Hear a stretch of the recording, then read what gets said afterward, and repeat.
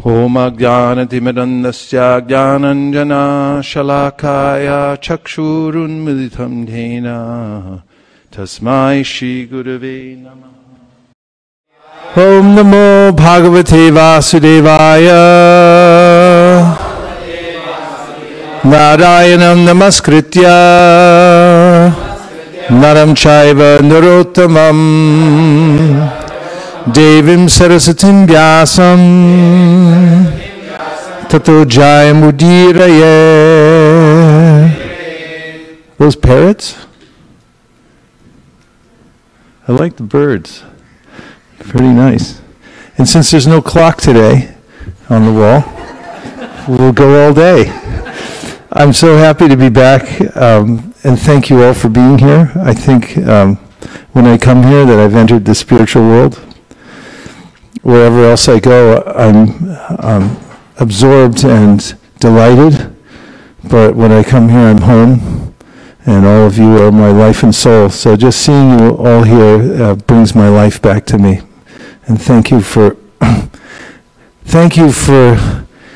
giving your heart and soul to the movement of Srila Prabhupada and Lord Chaitanya Mahaprabhu, because it makes much more of a difference than you even know, even amidst the daily struggles as you continue with your vows and with also nonviolence, which is held at a very high standard by Srila Prabhupada, which means that you actually have to be actively engaged in giving others Krishna conscious to be considered nonviolence. It doesn't just mean wearing a mask or drinking himsa milk.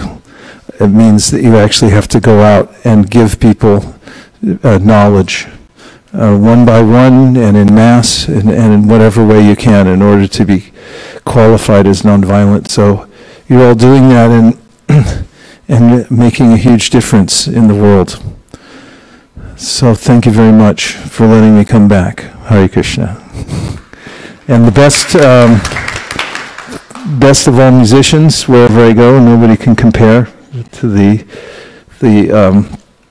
madanga, the kartal playing, and the harmonium playing. I always feel like, hey, what happened?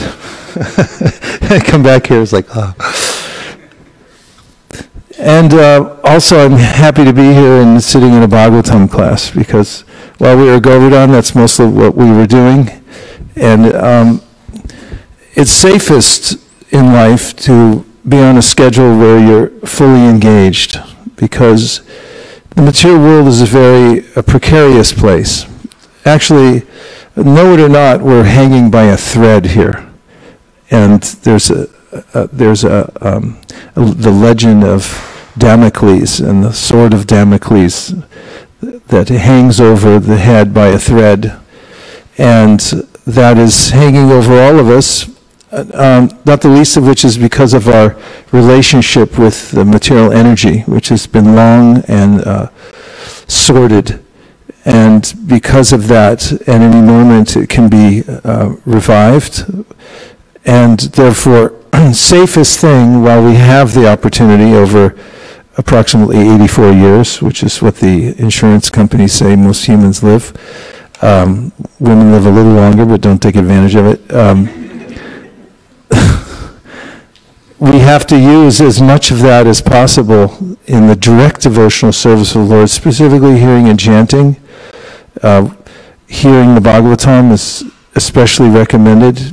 And coming back from Vrindavan, where we, over the last month, read the 5th, 6th, and 7th cantos together, about 5 hours a day, my conclusion was that the deeper you dive into the Bhagavatam, the deeper you see it is. And in one sense, it's a little frustrating, because the materialistic mind wants to control everything and say, now I've got it. I understand Bhagavatam. I can recite Bhagavatam. I know Bhagavatam. But as we go into it, we see that, oh, I don't know anything. I'm tiny. It's Krishna. And Krishna is unlimited. And if we could circumscribe the Bhagavatam by our intelligence then it wouldn't be Krishna, nor would Krishna be Krishna if we could do that, because Krishna means that he's unlimited, and that there's not a point at which we can completely understand. And we can't even understand material nature. I mean, if we were to say that to whatever degree we understand material nature in any of its aspects, any of the sciences as an example, you'd have to say, you'd put a dot and then 10 miles worth of zeros, and then a 1 or whatever number you want to put to say that that's how much we actually know about any given subject matter, even in material nature. Cell biology, oceanography. I mean, they say, oceanographers, at least I heard this, that they only have cataloged 10% of the life in the ocean. So there is still hope of seeing a Timangila fish sometime. And how they know that it's 10%, that's probably which leaves us to understand what the Bhagavad Gita tells us in the Srimad Bhagavatam, is that we really are tiny parts of the Supreme Personality of Godhead who is unlimited, and our real happiness comes through recognizing that and surrendering to Him and entering into the internal potency and learning the different categories of truths. What are tattvas? I mean, tattva, the word tat means that. It's a way of speaking in the Vedic language simplifies things. They try to use as few words as possible to describe the most information. And when we say Om Tat Sat, for instance, as we see in the 17th chapter of the Bhagavad Gita, Tat means that. And we're pointing to Om Tad Vishnu Param Sada. We're pointing to that supreme abode and the lotus feet of the personality of Godhead from which that abode emanates, as does everything. And va is like tattva means thatness. So what are we to understand? We're to understand those things that actually exist. And there are various categories that exist according to the Vishnu Purana of truth. One of those truths is the internal potency, the other is the external potency, and the other is the marginal potency, of which we are a part. And to understand those three truths and to understand our relationship with the internal and external potency is the essence of Sambandha Gyan, which is absolutely necessary for one to be a properly functioning living entity. Otherwise, we get mixed up and we take part in the external energy and think that we're living an actual life, but we're not. I saw on the way through the airport an advertisement for a movie, and it said, based on a true story. And I was thinking, this whole material world is based on a true story. It's like a film, but it's like, if you see a movie that's based on a true story, so which part's true, which one's not? It's like there's a real story somewhere else. This is kind of like the embellishment, or it's a fake, it's a replica. This is a replica. It's based on a true story. Everything you see here is it's verisimilitude. There's an idea that it's similar, but it's just similar. It's not the real thing. It's real in a sense, but it's temporary. That's the material energy. And if I get tricked into thinking this is the real story, and my story is the big thing, I'll be disappointed. When the loved ones die, for instance, I'm bewildered of what happened. Bhagavatam's very direct and says, this is what happened. They're not actually your relatives. It tells the story of King Chitraketu, who wanted to have a son, had a son, lost the son in very unfortunate circumstances, and then Narada and Angira revealed that this son was actually just a living entity. Living entity is brought back into his little baby body. They ask him, why'd you leave your father and mother? And he said, I don't really recognize them. That's the truth of it, the material world. It's based on a true story. We do have a father and mother, but this is not them. They're only replicas. It's an act, it's a play. So to have that kind of information from the Srimad Bhagavatam and the Bhagavad Gita is the most valuable of all information. In fact, it's the only thing that is valuable. And the world's going on as if everything's fine. But it's really not. I mean, the whole acceptance of a consumer society where Black Friday is celebrated as we'll call it Black Saturday because yesterday didn't count. But that's something actually viable, that it's to be celebrated or appreciated or something like that. It shows how far human beings have come from understanding reality.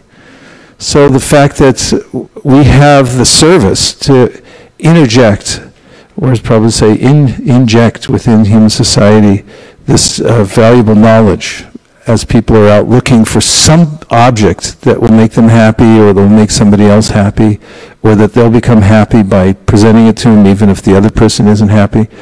There's all kinds of ways people are thinking about buying things at this time of year. But when they actually get a hold of a Bhagavad Gita or a Srimad Bhagavatam, then they've got their hands on something substantial, on Tat, on a category which is real. And they can read about the real story. No one else is going to tell them. They can subscribe to the New York Times, the Washington Post, the LA Times, and they won't read about it anywhere. There'll be a mixture of information that's tainted with the lower modes of material nature, and it will never satisfy their sense of being living entities. Whereas a couple of verses, one verse from the Bhagavad Gita can awaken somebody to their real purpose in life and reorient them. And hearing the holy name, actually, this is one of the glorifications that is given by the acharyas and in the Bhagavatam itself, that the holy name is a little bit proactive, forceful actually, that he comes to the material world, and whether people like it or not, he enters into their ears. The book they can take or not take. When they do take it, it amplifies the holy name because it goes off and it'll continue radiating for years, generations, and so forth, and affect people in a very profound way. Whole villages, whole countries can be affected by one book. And the holy name, it doesn't wait for somebody to acquiesce. It simply enters their ears. And when it does, even if they don't believe in it, the sixth canto of the Srimad Bhagavatam, the story of Ajamil, Shukadeva Goswami said it's just like medicine that's potent. Whether you believe it works or it doesn't work, it's still going to act because it has that property. So similarly, the holy name, when we go today to chant in San Francisco, will have its effect. And even if people cover their ears, I mean, that might even make it worse. Just like when the demons, they try to avoid Krishna, they think of him more. So when people, it's like, stop chanting Hare Krishna. And it's like, oh my God, you just said it. You know, it has its effect. So at the same time, we also are sensitive to the fact that people have a frame of reference, that they are the body, that this is an important activity that they're doing, going shopping and so forth. And we honor that because we are moving about the world, and our purpose is to give Krishna consciousness, and recognizing the fact that when somebody is administering some kind of medicine, and we have to take very serious our role in doing that as messengers, we also have to have a bedside manner so that the medicine can be accepted.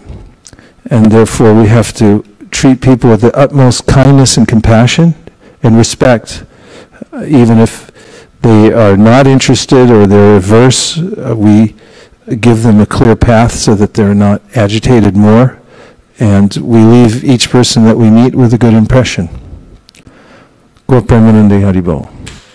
So, from the Srimad Bhagavatam, the 7th canto, there's a very important theme that unfolds. And again, I'm going to have to look at my watch.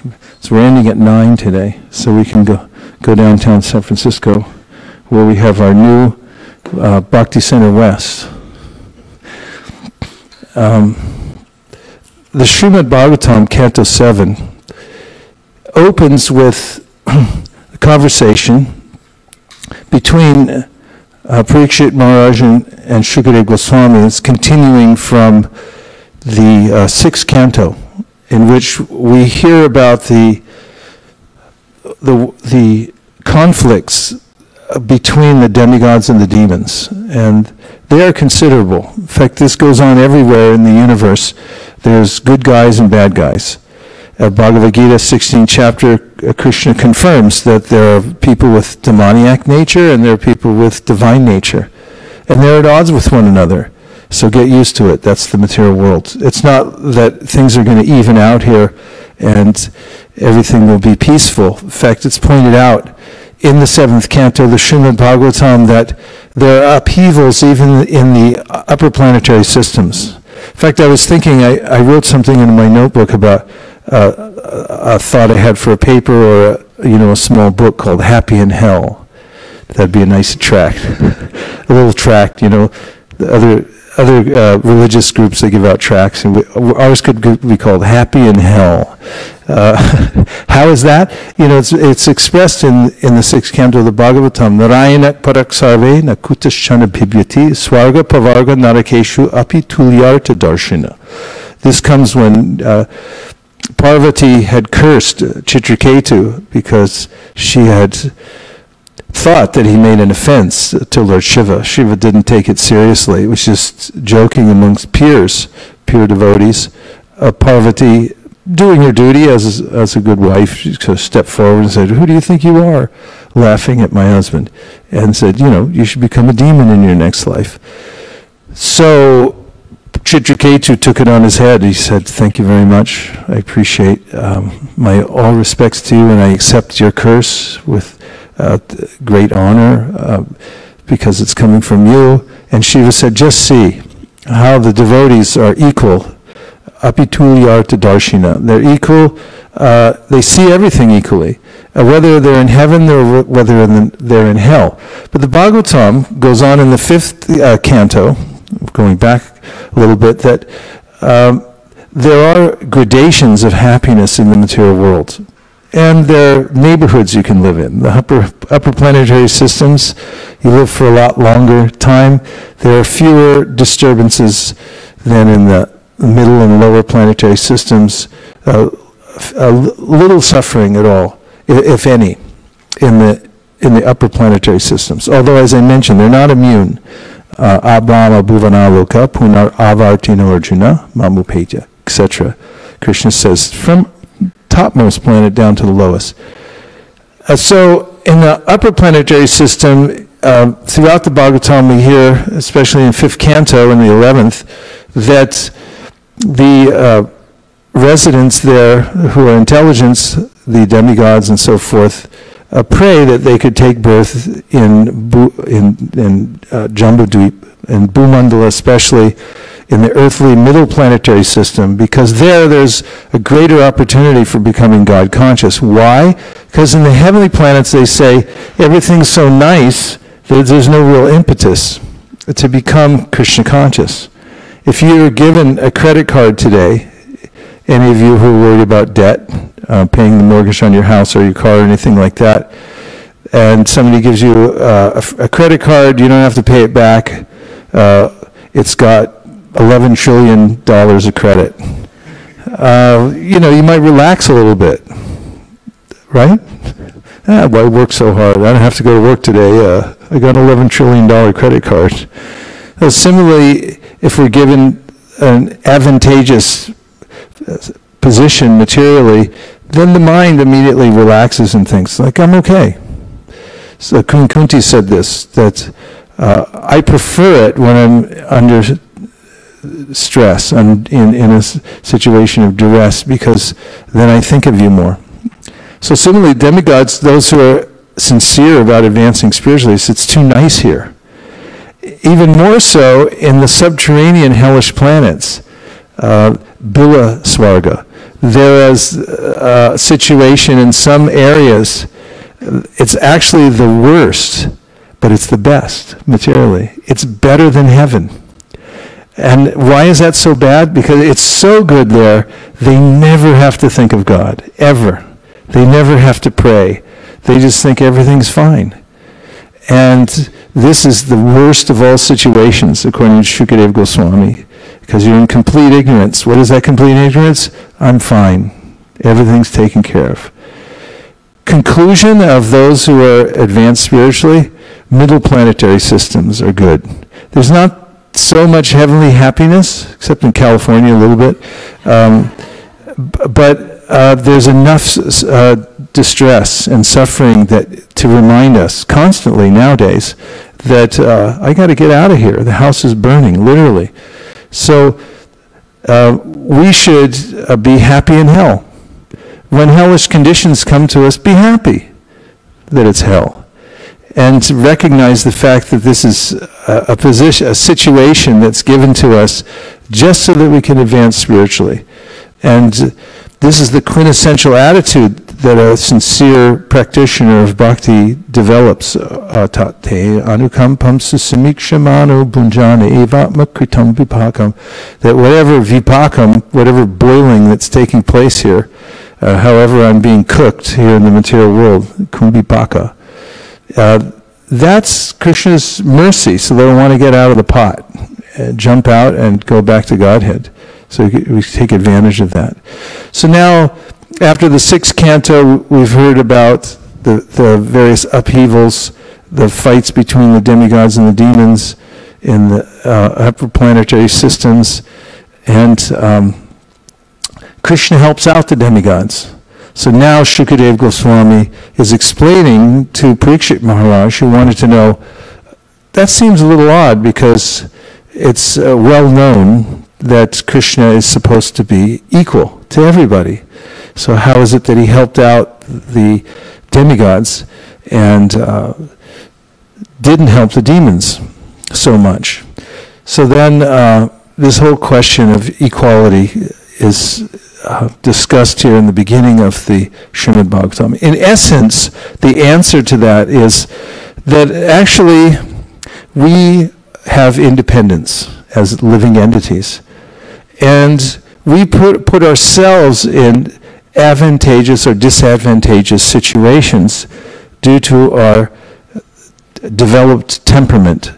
And our situation in the material world is due to our own choice. Purusha prakritistohi bhunti prakriti jan gunan karanam guna sangosya sarasad yoni janmasu. Krishna says in the Gita, 13th chapter, 20th verse, that whatever we have now, it's because of our association previously.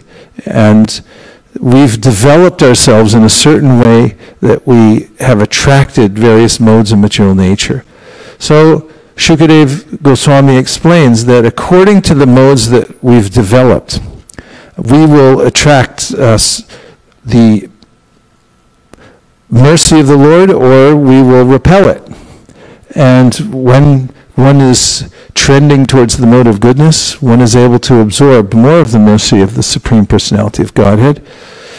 And when one is in the lower modes of material nature, one becomes repellent, that one repels the mercy of the Supreme Personality of Godhead. So it only appears that he's given one person more mercy and another person less, but it's due to their own capacity to take it in. How's the temperature in here? It's kind of muggy. It's mushi atsui, as they say in Japan, like muggy. Anything we can do, or is it all broken? Decrease the temperature. Unless you want to meditate on Juhu, Bombay, or something like that. I was just waiting for the elevator there last year. I almost died. And it was only about 10 seconds. I mean, it's hot and muggy there like anything. So if you want to, we can meditate on that we're in Mumbai. But you can tell it's muggy because the mridungas don't work in this weather so well. This one I had to grab on the way out because all the other ones were totally flat. It's the only one that worked. So, in the Gita, Krishna talks about this quality of sameness or seeing things equally. Because Krishna does. Krishna sees things equally, and he's equal to everyone. Samaham sarvabhuteshu name dveshosti na priyaha. So there's a couple of Bhagavad Gita verses that we can look at. And as we do, we can remember, before we go out to distribute Krishna consciousness to the people of San Francisco, to see everyone equally. First of all, in the 5th chapter of the Bhagavad Gita, the most famous verse about sameness and about how a learned person sees everyone the same is Amapam Yaya Sarvatra. That's from the 6th chapter, right?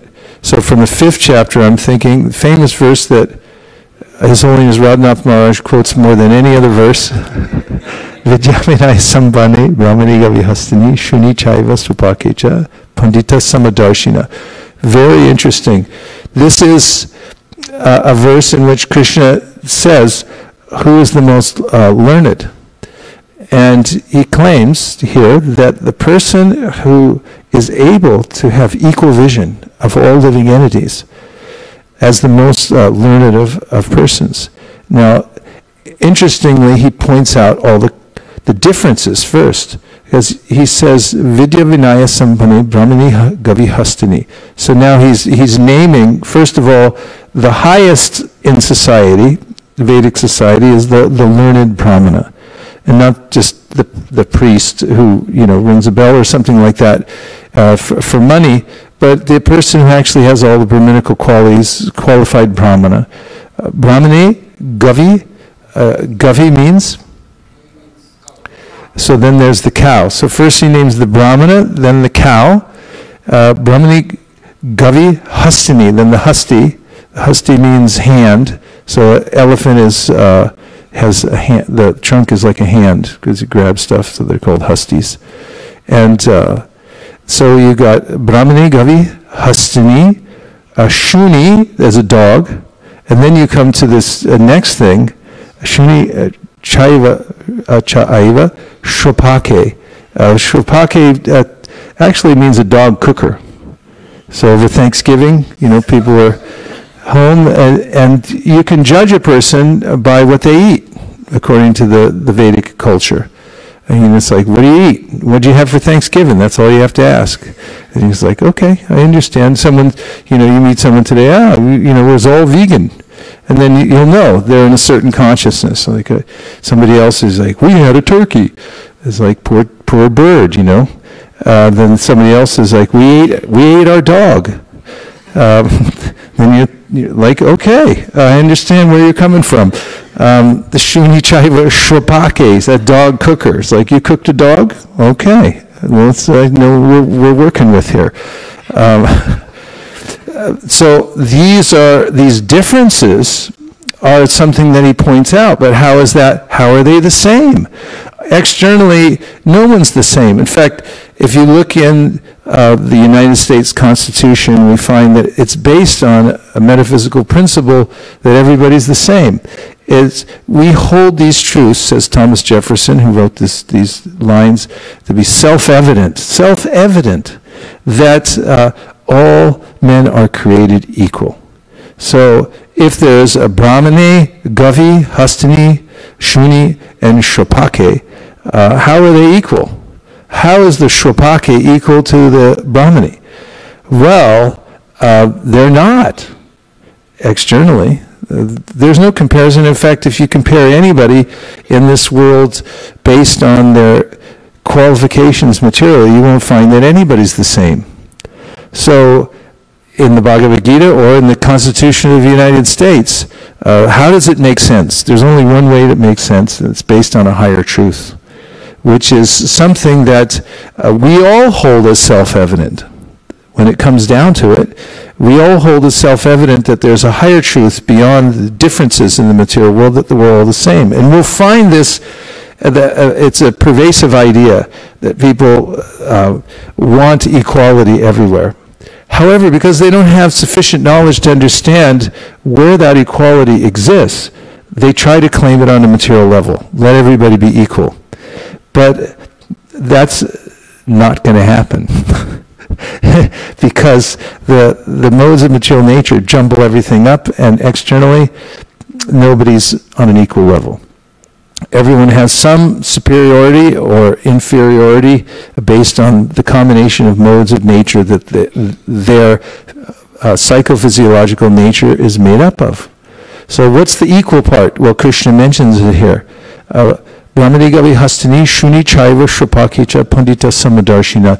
He sees that they're all spiritually on the same level because they all come from the original origin, Krishna, the Supreme Personality of Godhead. And we'll note in the Bhagavatam, 5th chapter, 1st canto, when Narada Muni describes how he's becoming enlightened by the association of sadhus, he says, I realize that I and the Lord are on the same level qualitatively, not quantitatively. Qualitatively, I realize I'm in the same category. I'm spiritual, just like he is, eternal. And so having this vision is what Krishna says is the learned situation of the human being. So this is how we're all equal. And that requires a little thought. Equality's there, but how are you going to find that equality? Where do you find that equality? That's what Bhagavad Gita is teaching. That's what we're distributing today. That's the missing piece that everybody's looking for. Americans, bless their hearts, they're pious people. It's based on a document, an idea, concept that is, we're all meant to be united. We're all meant to be equal. We're all meant to work together in harmony. It doesn't work on the material level, and therefore people are suffering. But if we add Bhagavad Gita to the already strong impetus that the people of America have to find this equality, then we're doing the greatest service in the world. We're giving them that missing link. They have powerful technology that's missing a part, one part. And if we give them that part, the whole thing will work properly, and they'll be happy. The Constitution of the United States will make sense to them. It will be fully functional when they get this one little part. It's a little yellow, orange-yellow kind of a chip. You can think of the books today that we're distributing. 1,000 little chips that will fit inside the machine that they have that is now lacking. And once that chip goes in, the whole machine will work properly for them. Their hardware, the software will all come together based on that. So, because we're almost out of time, a couple more thoughts. This equality, Krishna says in the 2nd chapter, 48th verse, Samatvam yoga uchite. He said, this is yoga. So to be equal, to see this equality everywhere, and this is what is called yoga. Yoga sta kuru karmani. So yoga sta means equipoised, means that one's situated in yoga. Kuru, perform, karmani, your duties. So it's a very active thing.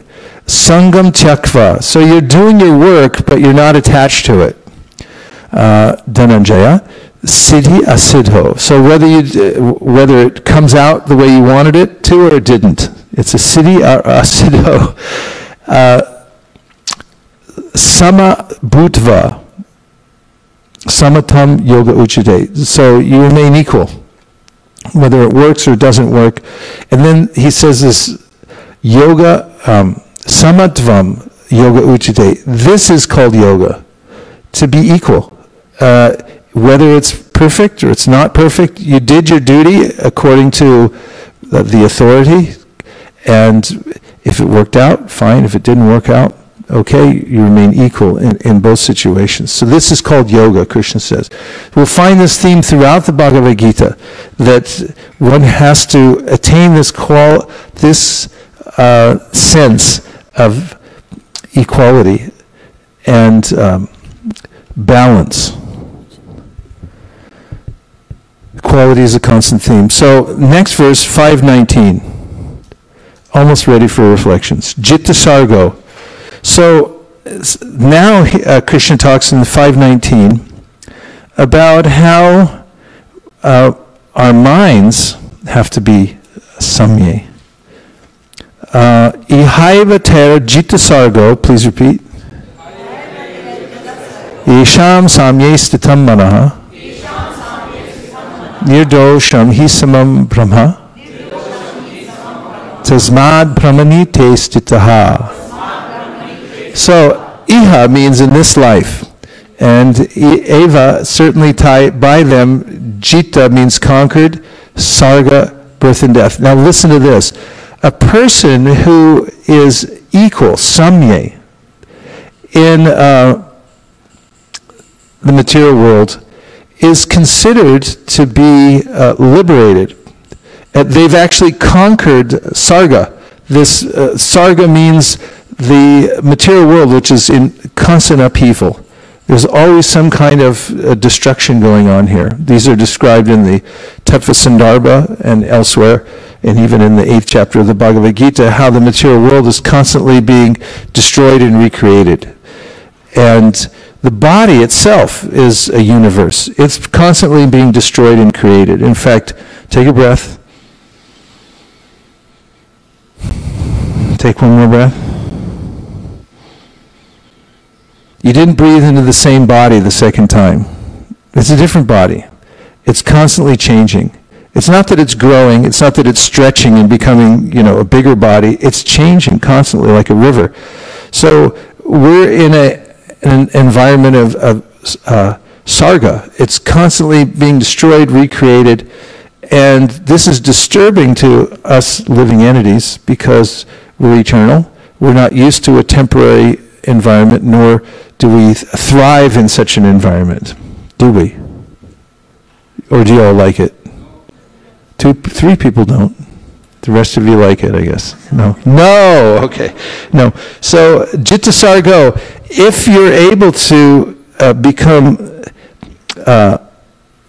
samye, amidst the changes, you're equally situated, a samye stitam, and your mind doesn't change, despite the changes of the material world, and despite seeing the differences in the material world, then he says, nirdosham, you're flawless.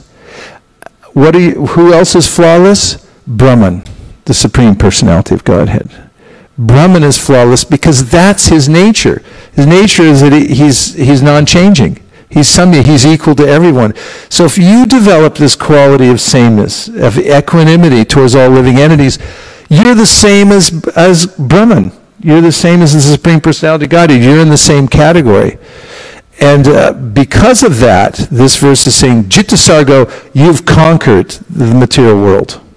This is how important this quality of sameness is to the process of self-realization.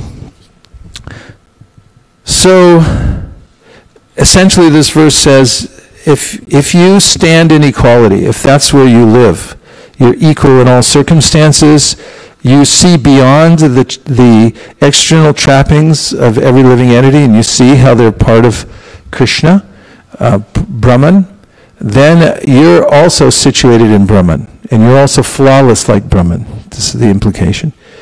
Then we can see that this is in action is also the essence of life. If you look at 433, Krishna will say that 433 is about sacrifice, in this chapter called Transcendental Knowledge. And so he says, Shreyan Dravya Mayad Yagnad Naj. Go ahead. Jnana Yajna Parantapa. Sarvam karma kilam parta Gani parasimapyate. So in this verse, look at the translation. Krishna is saying, O chastiser of the enemy, Parantapa, the sacrifice performed in knowledge is better than the mere sacrifice of material possessions. After all, O son of Pritha, all sacrifices of work culminate in transcendental knowledge. So the essence of this in relationship to the conversation on what is sameness means that the transcendentalists take shelter of consciousness, not of matter. And that Krishna is saying here, when you perform some sacrifice, you can offer something like a material item.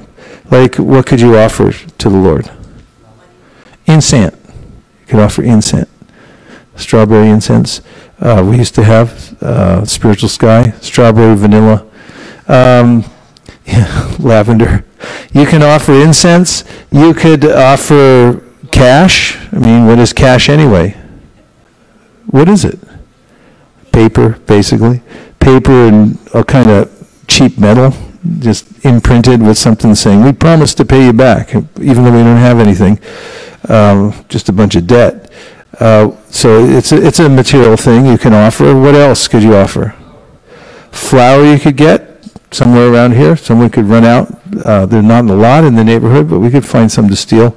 No, I'm just kidding. We wouldn't do it.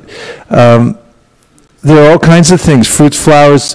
If you just offer those unthinkingly as a ritual without any thought behind it, he says it's not valuable. But if you put your heart into it, if you put your consciousness into it, and when you offer it with love, as Krishna says, patram pushpam palam toyam, yumi bhaktya prayachiti, then it has some value. So now we find out where this actual value in life comes from, and where the samatvam, the way that one can remain equal, comes from. It's from the level of full consciousness, that one offers one's conscious intention to worship the Supreme Personality of Godhead. And so the sacrifice of knowledge is better, not just dravya, material items. And so if we don't offer our heart and consciousness, then we're really not offering anything. So Krishna's giving us this insight into how he sees the world, what's valuable in it, and says in the Gita, learn to see it the way I see it. Learn to find what's valuable in what I find is valuable. It's in consciousness. And when you find that, then you've found the real wealth in life. And finally, for today's conversation, 520. Na prahrishyet priyam prapya, nadvijet prapya cha priyam stira buddhara sammuto.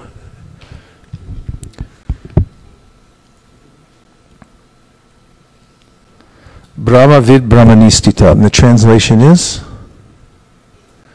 a person who neither rejoices upon achieving something pleasant nor laments upon obtaining something unpleasant, who is self-intelligent, who is unbewildered and knows the science of God, is already situated in transcendence. So, again, this idea of not being affected by priya or apriya, those things, you may get something that seems very nice or something that seems objectionable, but a person who is situated in Brahman isn't concerned one way or the other. Back to the verse, not the translation, but the verse itself. So, na prahrishyet priyam prapya. So, prapya means to get something, and prahrishyet means you don't become overly excited when you achieve something that seems favorable to your material condition.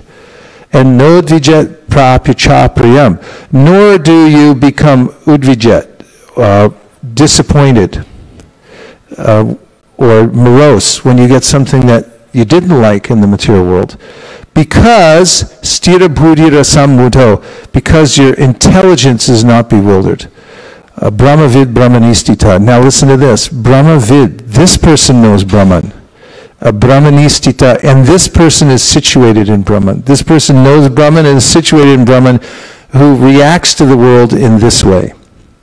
So this is very telling about equality in the material world, and Krishna is equal, and when we learn to be equal also by connecting with him, by seeing the way he sees and valuing what he values, then we're situated, we know Brahman and Brahmanistitaha. And also important here, stira bhutir. This comes from the intelligence, from the buddhi. And we go to the 3rd chapter of the Bhagavad Gita, 42nd verse. Krishna says, Indriyani prayanyahur indriyebhya paramanaha manasastu parabhudir yo buddhe paratastu saha. He said, recognize that the intelligence is higher than the mind. So the mind may say, I like this, I don't like this. Have you ever had that happen? You see something, you say, I like, I don't like.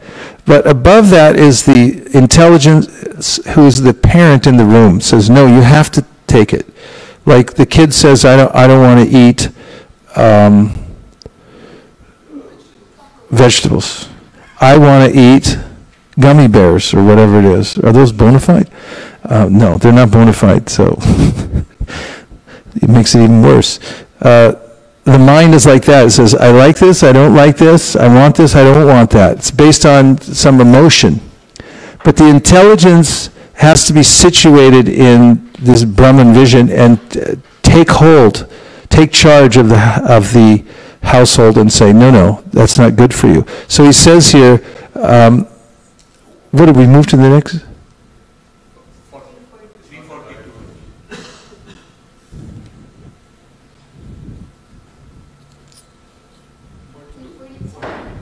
Oh, 342? Oh, that's all right. You don't have to go there.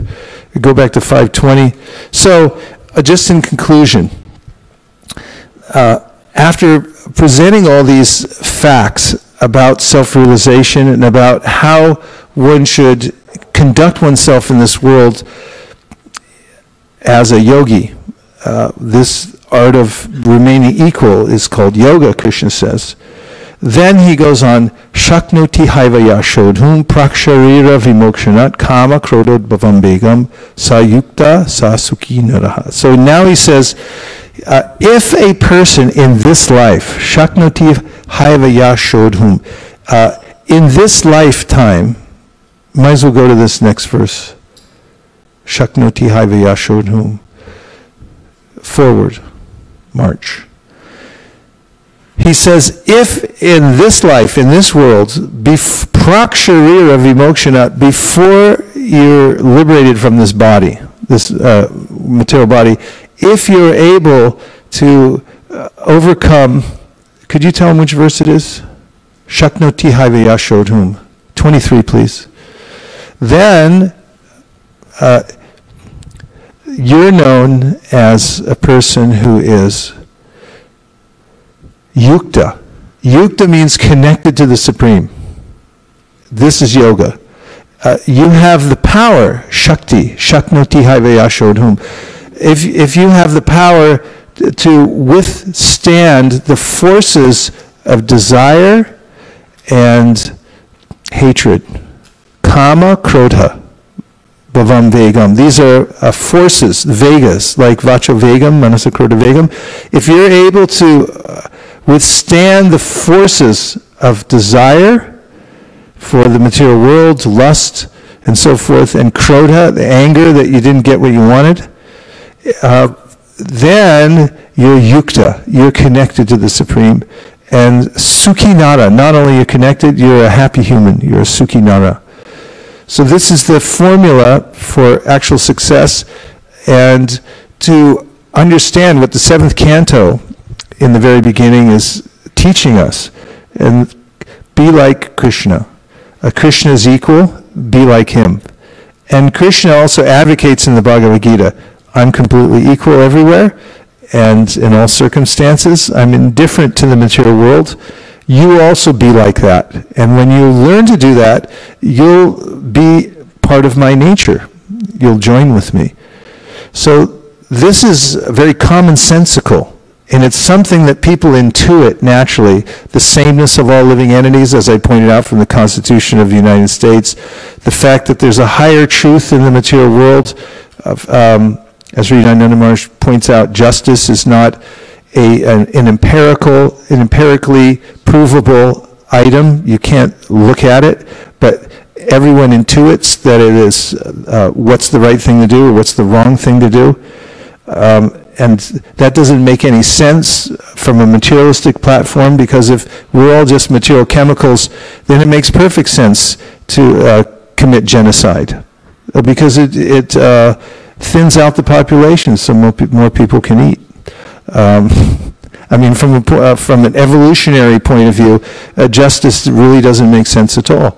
So if you're a complete materialist, you don't subscribe to justice, and if you do, then you're subscribing to a higher truth, and that truth is self-evident.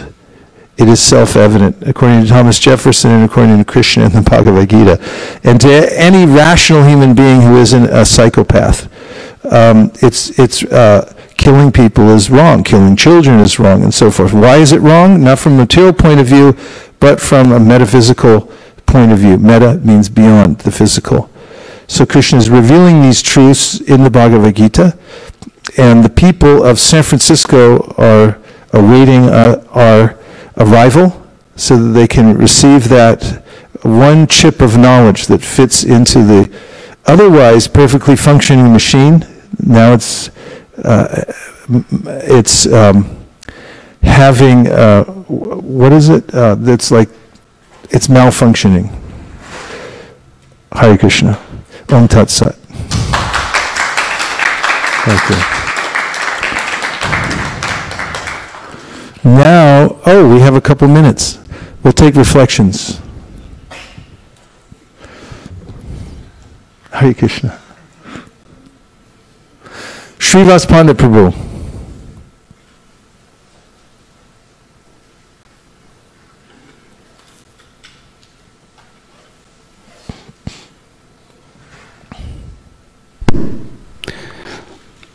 We extend a very warm welcome back to His Grace Vaisesika Prabhu, without whose presence we are just withering away and our lives were just practically drained. So thank you for just showering your mercy upon us. Thank you very much, Srivas Pandit Prabhu. It's my only hope that you allow me to come back here. Hare Krishna. And now we'll take a few reflections. Anything that you heard from the monologue or from the verses that we read that stuck in your mind? Okay? 1, 2. Tie goes to the runner in field fly rule. Hare Krishna Prabhu, this equanimity that you talked about in the class, I was just also wondering how in 12th chapter also, in last few verses, Krishna ends with this quality that you have to see everybody equally. But that seems to be a material quality. But why is it that Krishna is stressing so much? Like, how is it that it's directly related to Krishna? He didn't say that loving me or doing this or doing that, but equanimity. Well, actually, before you came in, were you listening to the class before you came in? Because I was making the argument that actually it's not a material quality. It can't be. On the material platform, there is no equality. There's no person in here that has, the exact same SAT score, or some people took it, some people didn't, or on any other testable level, materially. You're not going to find equality in this room, or anywhere within Mountain View, or anywhere in the material world. There's no equality. So equality is not a subject matter of the material world. He's therefore talking about equality that's based on seeing the with equal vision that all living entities are parts and parcel of Krishna. And obviously, when he speaks the verse Vinaya Sampane, that there are these different living entities. However, one sees them the same. One may not treat them the same, even though you see them the same. This is a conundrum for people who don't have the knowledge of Bhagavad Gita, because they try to say that everyone should be equal, everyone should have equal, but that doesn't work. There are philosophies, in the world, social philosophies, political, societal philosophies that say, do away with all the hierarchy, just have one, but it doesn't work. As we find that it ends up, there's a tyrannical government telling everyone you have to be equal to everybody. So then now you have two tiers, and it becomes even more extreme. It always shakes out in that way.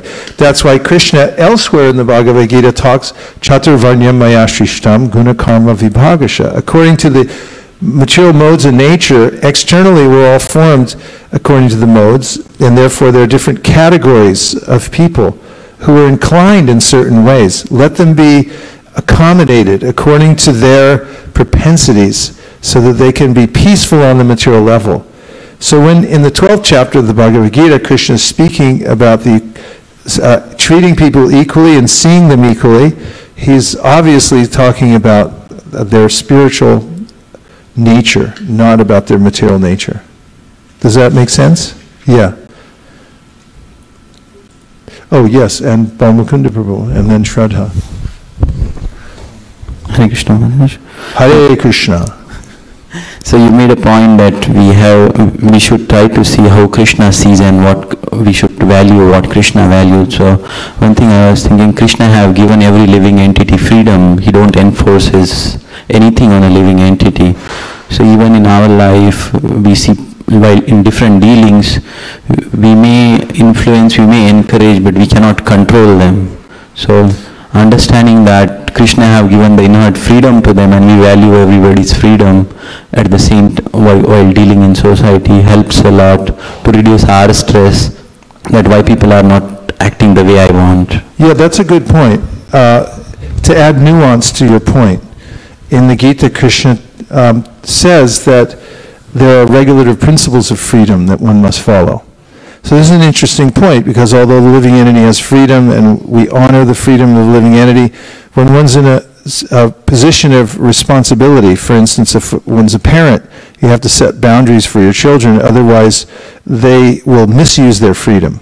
Similarly, when you're a transcendentalist, you have to regularly inform your buddhi, your intelligence, by hearing Bhagavad Gita, so that it can administer the proper type of boundaries for the mind and the senses.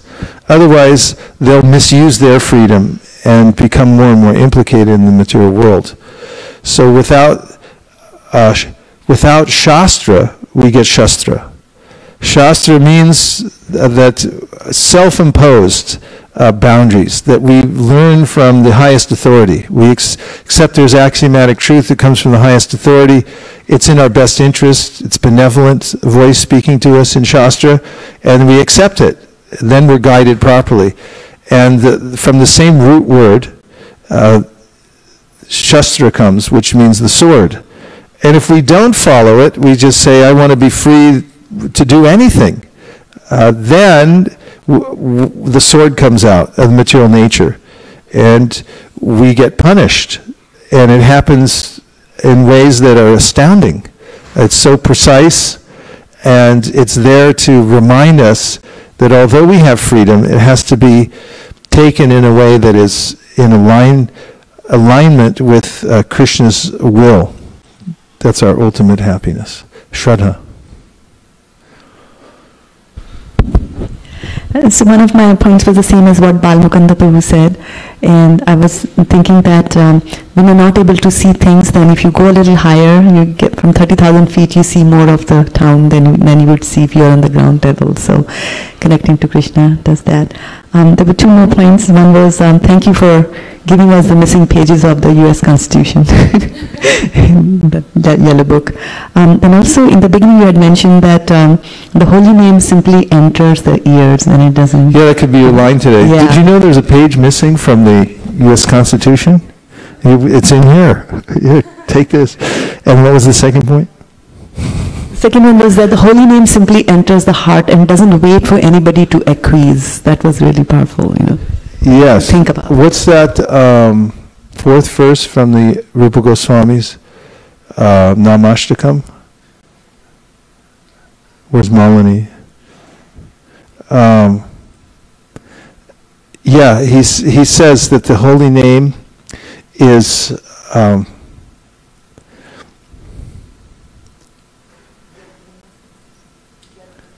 Yad Brahma Sakshat Kritanishchayapi Vinashamayati Vinana Bhogai. Now wait a minute. Go back. Third. Yadabaso Pyujyan Kavalita Bhava Dvanta Vibhavo Drisham Tatvam Danam Api Dishati Bhakti Pranayinim. So this verse says Yada Abhaso Pyujyan Kavalita Bhava Dvanta Vibhavo. So the holy name is like this, that he says, even if a person is andhanam, he's blind to the truth. Tattva andhanam means he's blind to the truth. Drisham, the holy name gives him the sight, vision, to understand the truth, which is bhakti pranayinim. He understands bhakti is a good thing. Just by hearing the holy name, it can awaken that sense of bhakti. And how much of the holy name? Yad abhaso pyujyan kavalita bhava dvanta vibhavo. It enters into the darkness, and even a dim glimmer, just a little reflection of the holy name, like we're downtown San Francisco and it's bouncing off the walls. Someone's going into Macy's. Does that still exist?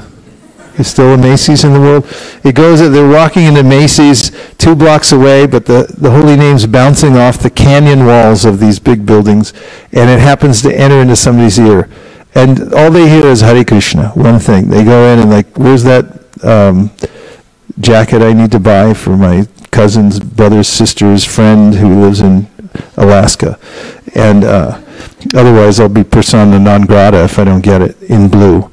But they hear Hare Krishna. Don't you hate shopping? I hate it. I hate it. I stopped doing it many years ago thanks to Nirkula. One of the great services she did, even during the Christmas time when my family was still alive. I'm an orphan now. But, there was a semblance that, some participation in holidays and stuff like that.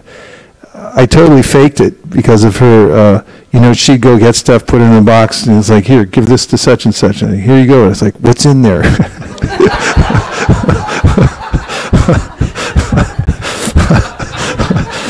What do we give them, Anyway, I hate shopping. But if somebody's shopping, they're in that morass, inwardly, outwardly, and they hear Hare Krishna, Yadabhaso. They just hear a dim reflection of the holy name. It goes in their heart. It can awaken this sense of bhakti. It's so powerful. That's why it's recommended in the age of Kali Yuga. Chaitanya Mahaprabhu's spiritual master taught him this verse.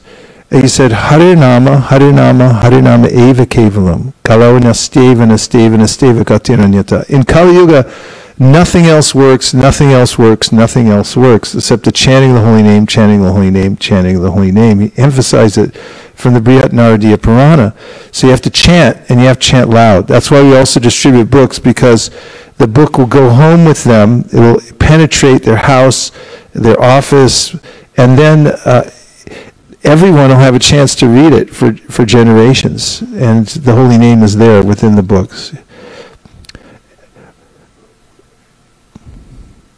3 minutes. Any other reflections? Yes?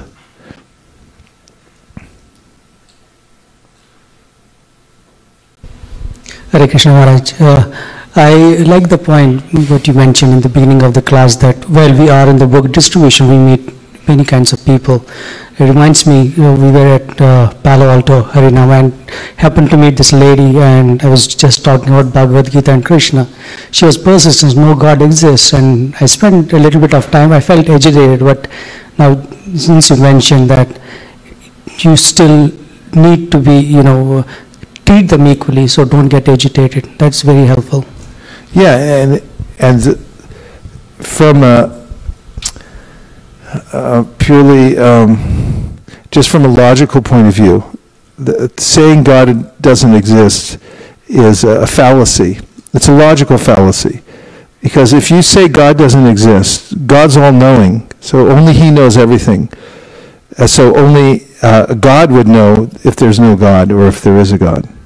So to say that God doesn't exist means that you're God. You must be God, because if you are all-knowing enough to say there's no God, then you're God. So saying that I'm an atheist is actually a logical fallacy. If someone says I'm an agnostic, I just don't know, that's another thing. That's you could be sincere and say that, but you'd have to be cynical and have faulty logic to say there is no God. So the whole premise of there is no God and then develop a whole civilization based on that is extremely foolhardy. And we're against that. We're trying to fill in the blank so people can understand logically how there is a God. And we're not giving sketchy information. It's very detailed. Bhagavad Gita and Srimad Bhagavatam give very commonsensical, logical, progressive ideas to understand why there is a God. And this is arguably the most important work that's going on in the world. Anyone who's doing this kind of work, explaining about a relationship with God, is doing important work. But those who have the most complete information and are able to deliver it in the most effective ways are having the highest and most impactful effect, that's redundant, on the world. So we'll take one last point. And then what's going to happen, Malini? You know, because you just came from the other wing of the building. You give her the microphone, she'll tell us what's happening next, right after Shraddha brings in something from the internet. So there's a comment on Facebook and then a text. There's a comment on Facebook. Fantastic. Let's hear it. It's from Rameshwar Prabhu. From who? Rameshwar Prabhu. Robert Grant. The Rameshwar Prabhu? Yes. Robert Grant? Oh my God. Yes.